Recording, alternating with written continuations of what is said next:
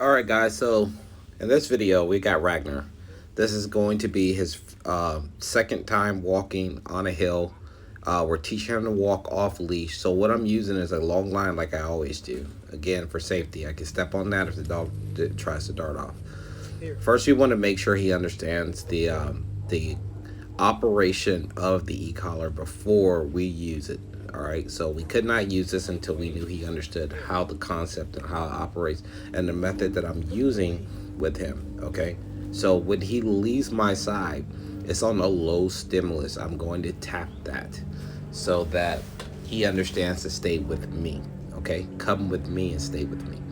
So we've gone through this. This is like the third session of doing that with him. So now we're gonna bring him out. He's got that long line so that I can use it for safety in case he tries to run off or something, or he sees something he likes. Okay. And now I'm gonna start that slow walk with him on the pavement and try to keep him on my heel. So this is how it starts. It's really ugly, but once you get the dog doing it, it looks good when it's done. I'm gonna turn into him so that I can get him to make that turn with me. Then I'm just gonna reset him until he gets back on the left side. So this is us teaching Ragnar to walk on a hill off leash. This is how it starts. This is our method. And again, you'll see in the video, dog's gonna walk off. Nothing's perfect in training. So you can't get disappointed. You just have to keep at it and keep trying again and go back at it. So this time I'm going to give Ragnar affection because he did a really good job on that first little walk. And I want him to understand that staying with me is a good thing and staying with me off leash is a good thing. And once he's going to calm him back down, and then we will try it again. So this is a slow method, but once it's done, it's beautiful once the dog understands the whole concept and stays with you the whole entire time. Ragnar's one, so he's still a puppy. So he's trying to understand the concept himself, and slowly but surely he's getting it. So I'm gonna put him back on my leg, and you see I'm kind of pressing up against him because I want him to understand to stay there and nowhere else. All right. So touching me feels good to him, so that's fine. He's trained by affection.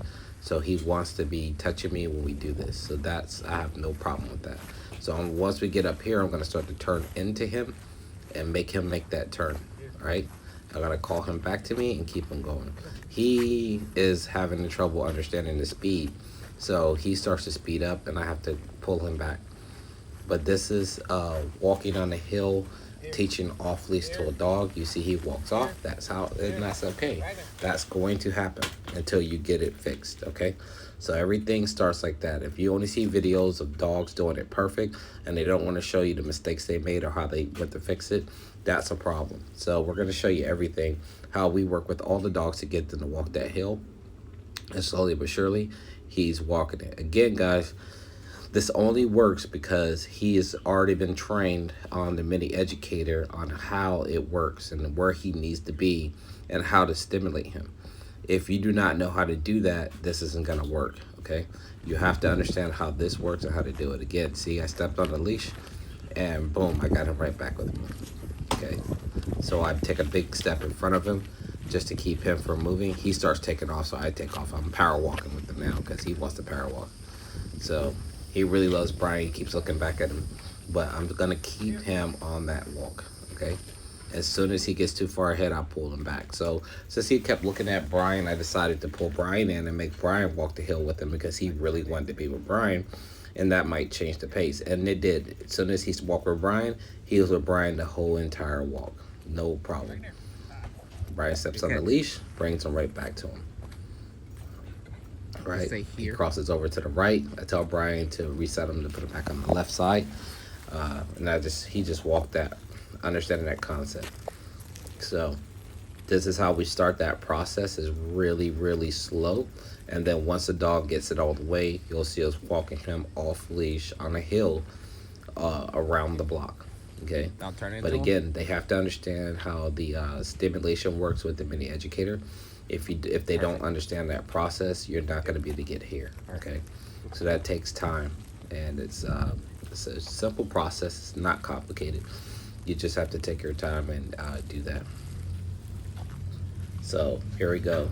slow walk on the hill, and boom, finally got him to do that whole turnaround too. Good job.